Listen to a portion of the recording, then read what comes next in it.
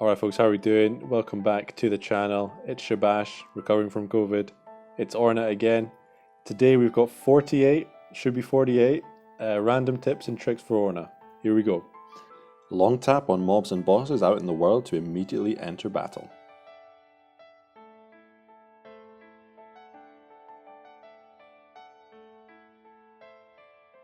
Disabling animations from the options menu will speed up your fights, eventually saving you huge amounts of time during the course of your Orna career.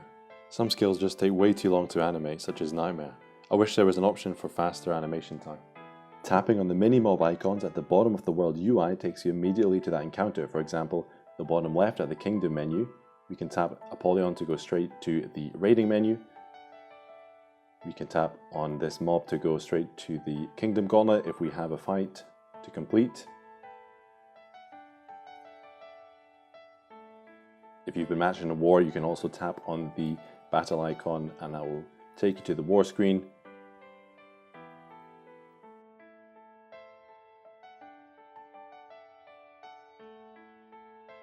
And it's the same idea with area control on the bottom right here. You can tap on that lesser slur, takes us to the exploration area guardian, and we can go straight to control and try and challenge the person in control of the area. You can now zoom in, zoom out, tilt and rotate the map when placing or moving buildings for more exact construction.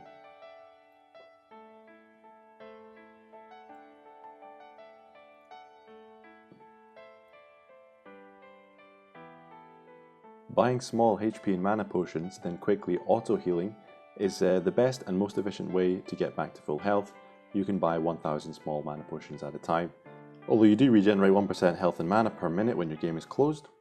If you long tap on the quick potions menu at the bottom of the world UI, you can auto-heal.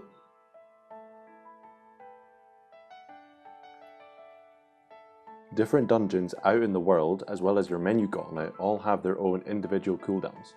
You can access dungeons and your gauntlet from level 50.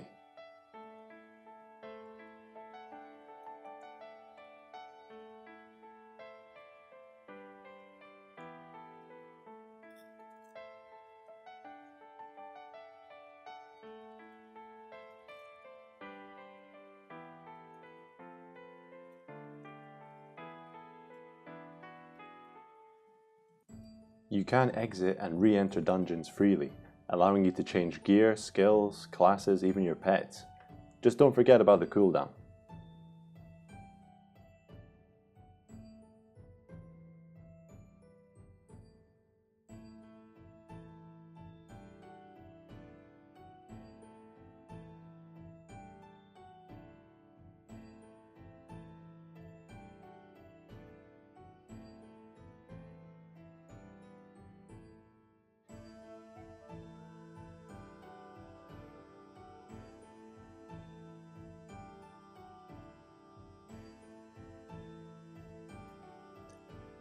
Bosses in dungeons yield 25% rewards compared to out in the world.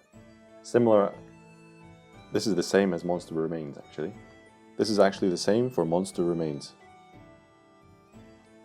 Monster Remains can actually be bought from shops on rare occasions, allowing you to spawn a random boss at your feet.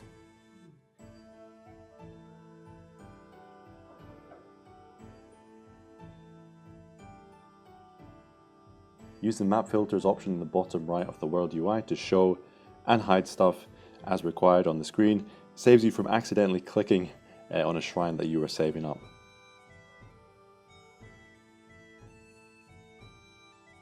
Shops and bestiaries restock each time you actually level them up, so be sure to check them after each upgrade.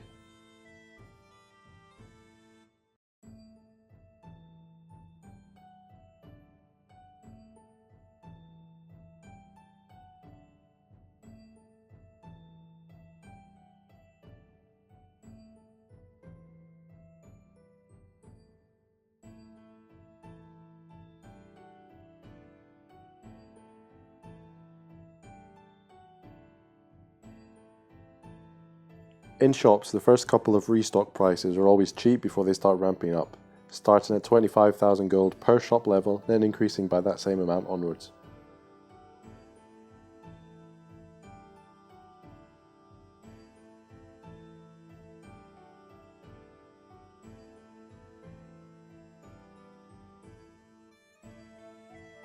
until it refreshes naturally after 1, 2, or 3 days. You should buy all materials that you see in shops anyway, for upgrading items, quest hand-ins, and even in the future for Ascension. Skills that you learn from unlocking classes or buying from Arcanists can be used by any class you choose to play in the game. However, skills learnt from specializations are tied to that spec only. If you change spec, you will also lose access to its specific skills. In the early game, while leveling around tiers 3 to 5, buy all of the tier 1 and tier 2 classes except the Knight. This will allow you to learn a bunch of skills and work towards completing both the Student 4 and 5 and the Polymath 2 achievements. Buying random skills from Arcanists also helps, of course. Now this will net you a positive boost in Orns for working to unlock your desired tier 3, 4 and 5 classes.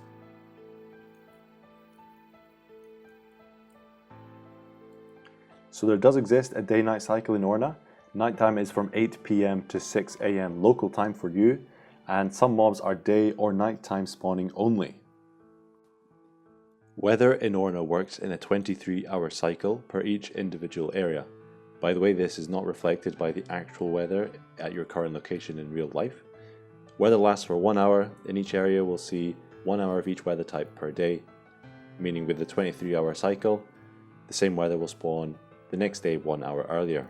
So for example, that area I just left, it was snowing.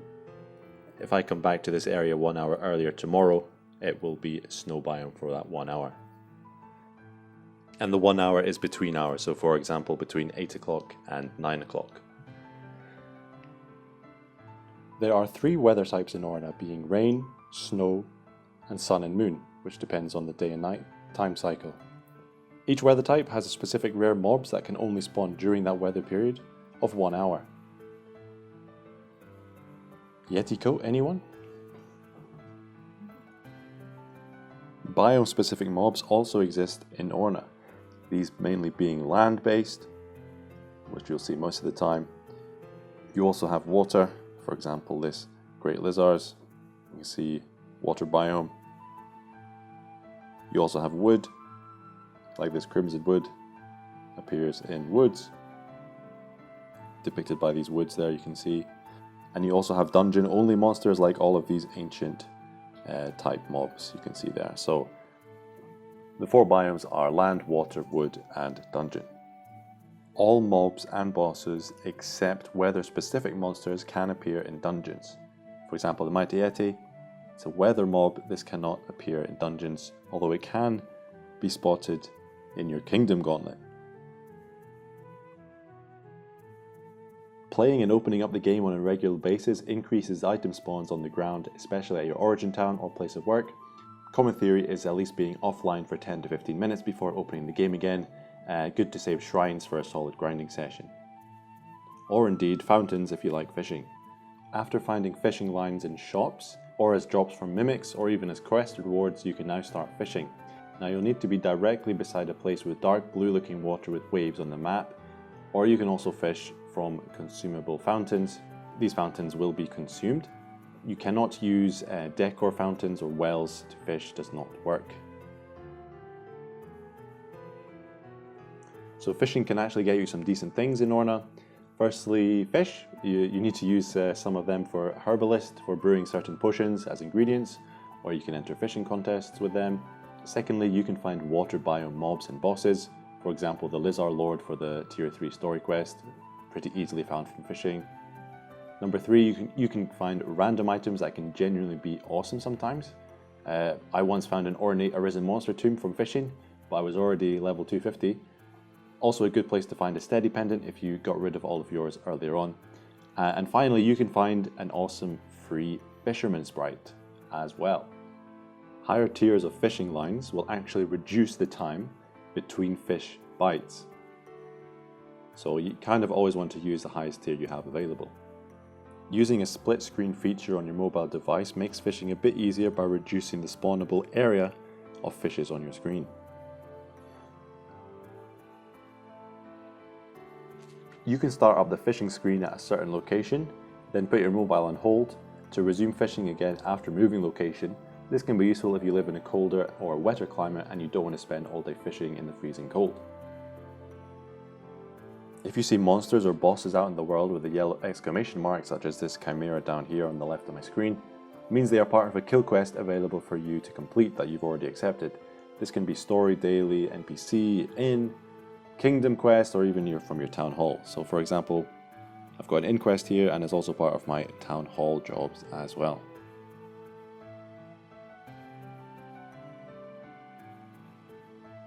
Keep an eye out for really lucrative daily quests and multiple quests asking you to complete the same task. This is a great way to earn tens of thousands of orns. For example, this tier 6 quest to kill an ancient mimic granted us 27,000 orns. The higher your tier, the more chance you'll have of having multiple daily quests asking you to do the same thing. For example, you can have 2 or 3 or even 4 quests all asking you to complete multiple gauntlets, travel by foot, and kill arena opponents.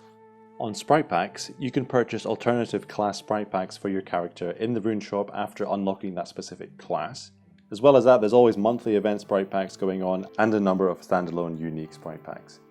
Now you can use any purchased sprite pack on any class, any build. Complete freedom. It's a fantastic way to support the game. Use your favorite sprite. Okay, students are going to love this one. Free sprite packs. There's actually a few alternate sprite packs that you can find in the game for free with just a little bit of hard work, and normally you'll get it from normal playing. First up, we've got the Fisher sprite pack. Naturally, you'll hook this up while fishing.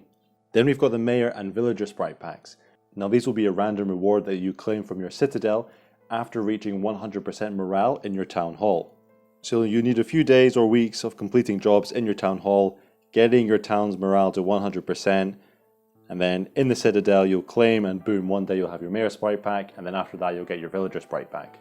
Finally, this is a wee cheeky one that costs orns. This is the specialization sprite change. Now for example, you want the merchant sprite but you actually play berserker spec. What to do to get the sprite is you spec swap to merchant, costing 25,000 orns. You then change your sprite in appearance to the merchant sprite. You then switch back to berserker spec, costing another 25,000 orns, but this will allow you to keep the merchant sprite.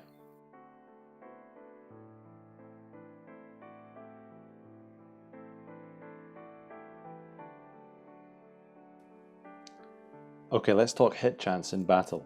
Dexterity and Mystic Feather miss rates.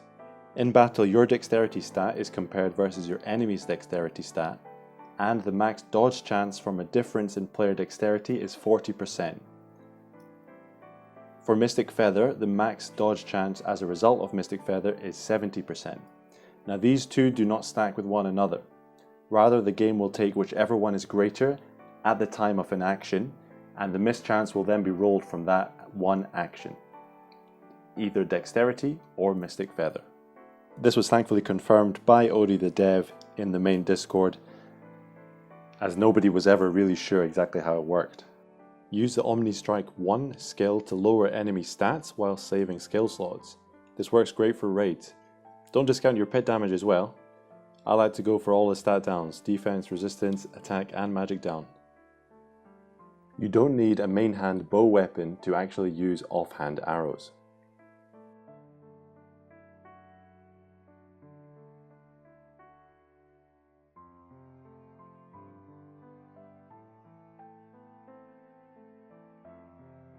Multiple effect causing adornments stack together.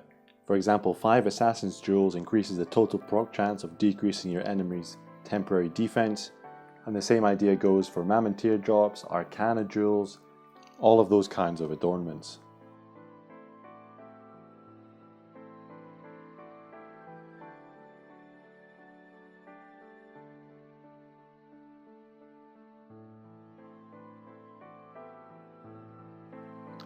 Bonus tip, the quality of those adornments do not affect their proc chances.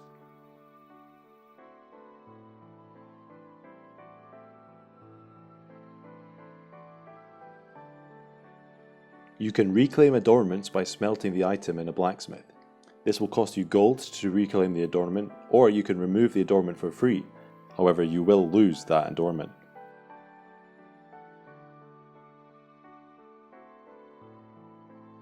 The tiers of kingdom quests are matched relevant to the tiers of everybody in your kingdom roster. So in this kingdom we've got tier 9, tier 7, tier 5, tier 4, tier 3. Going into Kingdom Quest we've got tier 3, 3, 4, 5, 7 and 9. Kingdom officials can raise or lower raid damage limits, which limits the percentage of total HP you can damage the raid boss per run. That's why all of a sudden you'll hit zeros and you'll get one shot next turn.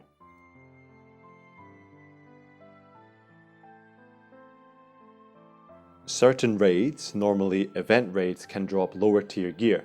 You don't need to be the same tier as the actual raid boss to receive that lower tier gear, up to the same tier as yourself. For example, in the July Northern Legends event raids, the tier 10 Arisen Hell and Arisen Surtur raids can actually drop the tier 5 non-Arisen versions of the gear. And if you are at least tier 5, you can get that tier 5 gear even if you're not tier 10 yet. However, you will not get the tier 10 gear without being tier 10. As long as you've built a keep, fortress or castle with enough storage space, any new pets you buy will send your currently equipped pet safely back to your keep storage. You can rename your currently equipped pet at a bestiary.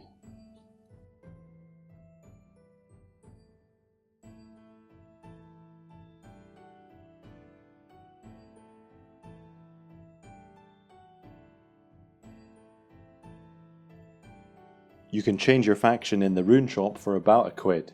This is useful if you want to join a specific kingdom or join a kingdom with friends. Always use a whetstone and then a fine whetstone to immediately upgrade your new weapon to level 3. It's a great little power boost until you level up further in the blacksmith. Using whetstones is a little bit clunky. You have to equip your weapon in your default loadout and then go into your item menu and use the whetstones from there.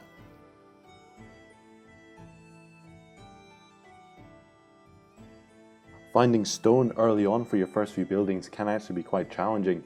Keep your eye out in the world because you can find some stone on the ground. And you can also buy them directly from shops. It's often a common daily login reward, and there's a couple of tier 3 mobs that also drop it as well. However, I still think it's a bit too difficult early on to get so much stone that you need, and hopefully there'll be more ways to get it in the future in the early game. From the Kingdom War menu, you can actually tap this defense button here to check how your opponent did against you.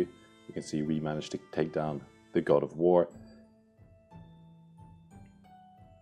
Equipping an item automatically locks it.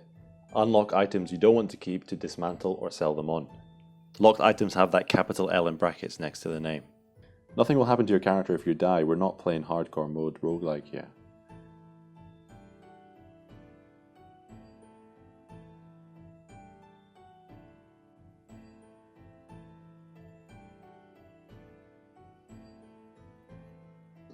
Gauntlet keys can mainly be found from killing bosses. Not all bosses drop keys however, but a good amount of them do, starting from tier 3 onwards. Alright folks, thanks for watching. Stay tuned for the next one. There should be another 50 odd coming relatively soon. Ciao!